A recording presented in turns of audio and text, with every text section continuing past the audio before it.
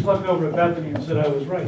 The note was correct. You know, any of you have one of those evenings when you're sitting there and you're unwinding and you're looking around and suddenly it hits you. Then you got this really good friend of yours who's not quite smart and is dating this woman who's extraordinary. And he's moving at about half speed. And you just can't help yourself. You just go, you know, this is your moment. So I plead guilty. And they have 3 wonderful children. Each of them has a totally different personality. They're a remarkable family. So I'm thrilled to be here. Vince Haley is one of the very few people I know, and I've been at this a long time. I started in August of 1958. One of the very few people I know who has the intellectual capacity, the work ethic, and the courage that he could genuinely change American history. Now, there are very few people, there are lots of people who run for office, and they mean well, and they do well, and at the margins they make a difference. There are very few people who can think strategically, study a problem, understand it, reach a profound solution, and then explain it in a way that makes sense to everybody. Vince is one of those rare people. And when he said that there was an opportunity, both Callista and I really felt deeply that this was something that was important for the country, it's important for Virginia, and that I think all of you will look back someday and be proud that you were here this evening. I look back in my own case. Excuse me, I ran 3 times. I lost with Watergate in 1974. I lost with Jimmy Carter of Georgia in the head of the ticket in 1976. And then I came back and I finally won in 78. And I look back on the people who were in those early races and who had the faith and who kept coming and kept developing. And we wouldn't have had a contract with America. We wouldn't have had a House Republican majority without people at a very early stage who believed, who thought it was doable. And he has an ability to take something, for example, like not just I'm for lower taxes, but why don't we eliminate the income tax? Now, there's an enormous difference in how you change government between I'm for lower taxes, which somebody else will raise later, and let's eliminate the income tax, which means it'll take a huge effort to reimpose it. And that's the kind of strategic thinking, and of course, he's had the experience. He's been with me down in Texas talking with Rick Perry, for example. We spent time in Florida. I mean, we've been in New Hampshire. We understand states that have no income tax and what it has meant for job creation, what it has meant for take-home pay, why it's better for people. And by the way, what it does to then control spending. I mean, the first key to controlling spending is to cut off the money.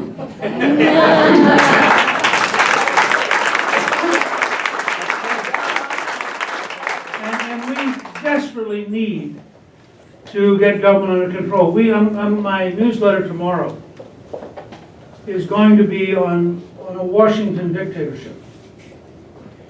And I think we're really, the Founding Fathers would look at us today and would say to us that we are faced with a tyranny fully as out of control as George III. And I can show you example after example after example.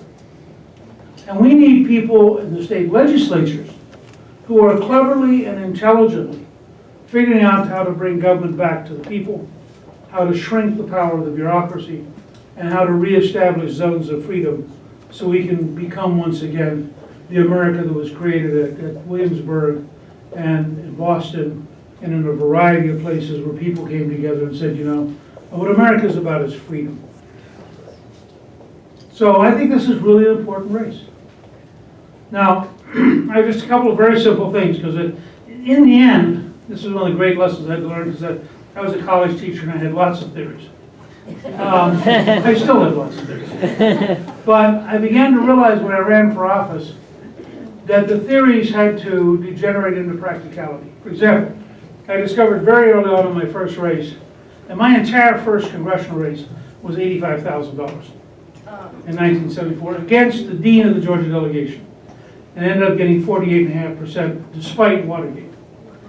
But I learned very early on as a college teacher out there running for office, if I couldn't walk in somebody's office and convince them to write a check, I couldn't pay for the gas to get to the next speech. So I really worked at learning how to do practical things, like, as somebody once pointed out to me, the pitch is important, closing the sale is important, getting the check to clear the bank is more important. And I had several cases where they didn't. So I ran, I got 48.5%, I came back, I ran a second time, I got 48.3%, because Jimmy Carter was the head of the ticket. I actually ran, I had twice the share of, I had twice the share of vote in Carroll County, Georgia. I got my home county. I got 52% and Gerald Ford got 26. And I went from 48.5 down to 48.3. And I announced that I would run for a third time. The incumbent, who had had the joy of beating me twice, announced he was retiring. And he had taught me a number of lessons. I'll tell you one that I really try to teach all candidates. I concede, generally, my opponent and his immediate family. I don't concede anybody else.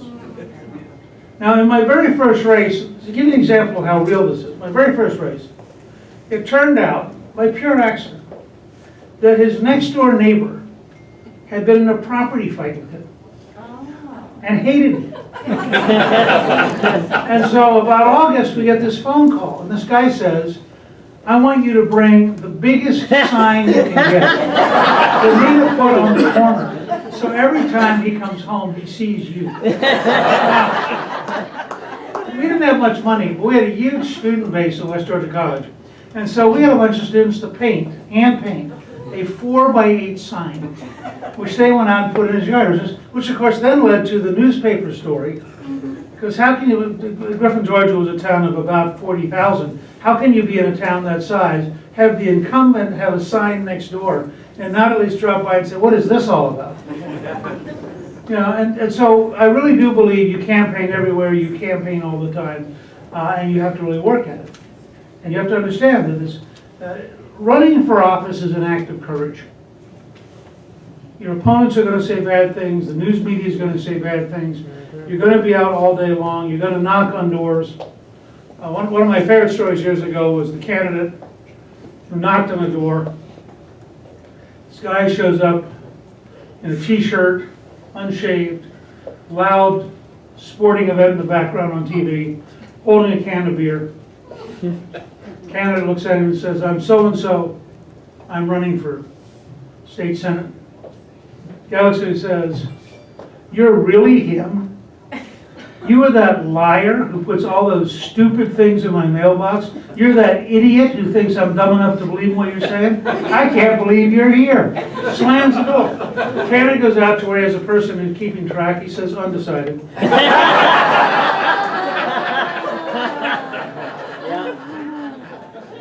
I had that effect. In my very second race, I ran probably the best race of my career technically.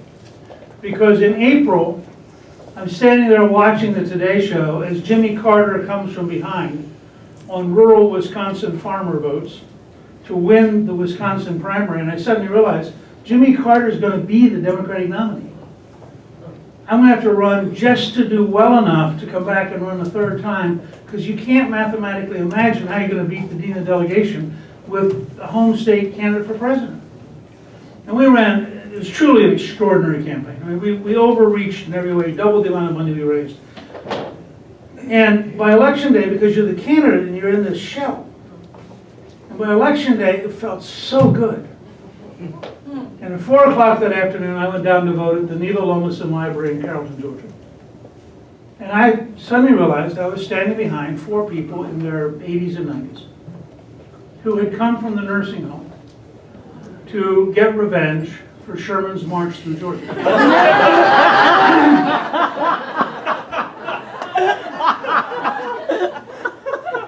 And I thought to myself, what are the odds that they're going to vote for Georgia's favorite son for president and then split their ticket to vote for a Yankee-born guy with a weird name and a strange accent on the Republican ticket? And I thought, this could be a really long evening, which it was.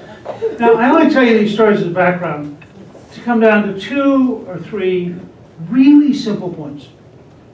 Because tonight, I'm not here to convert you. You're obviously for Vince, you wouldn't be here.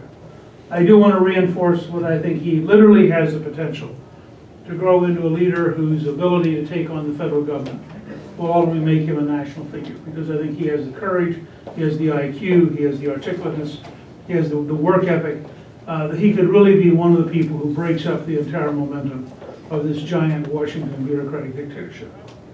But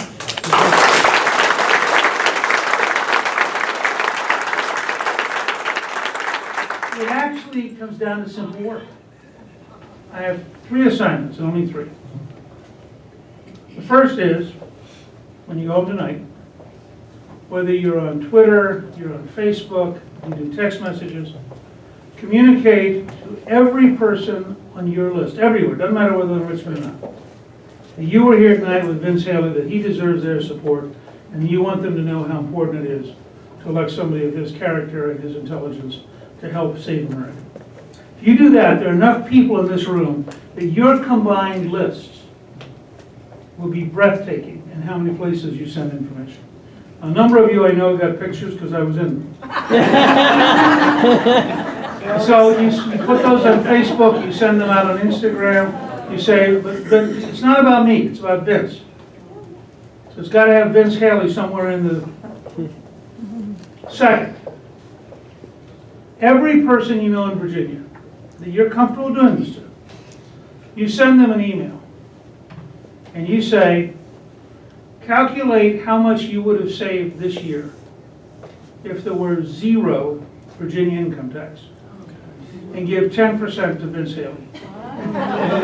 Because it'll be the highest.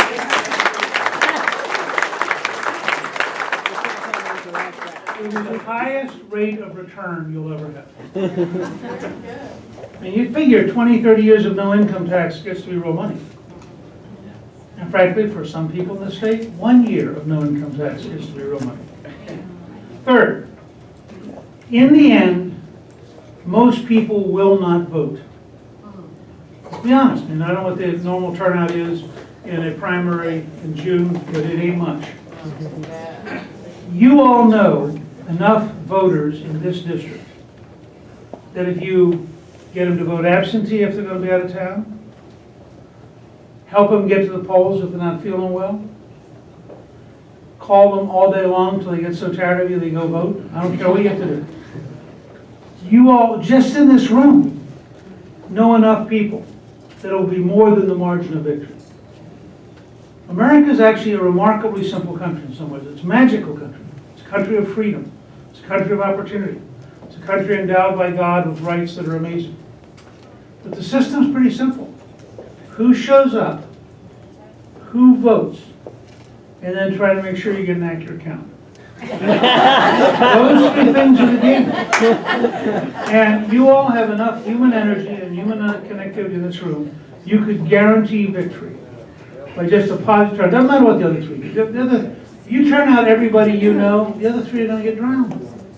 Doesn't matter what they do, because they're all going to play in the normal universe of normal turnout.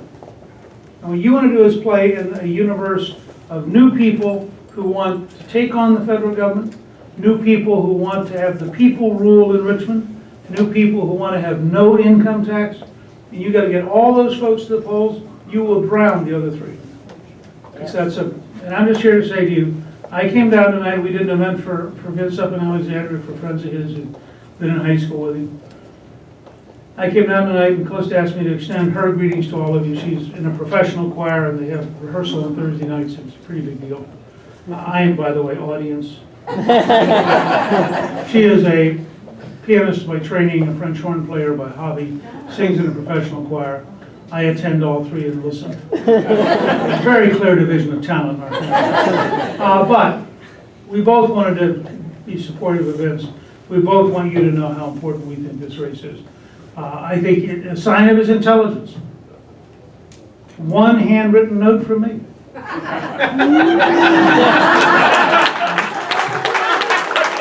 you very much.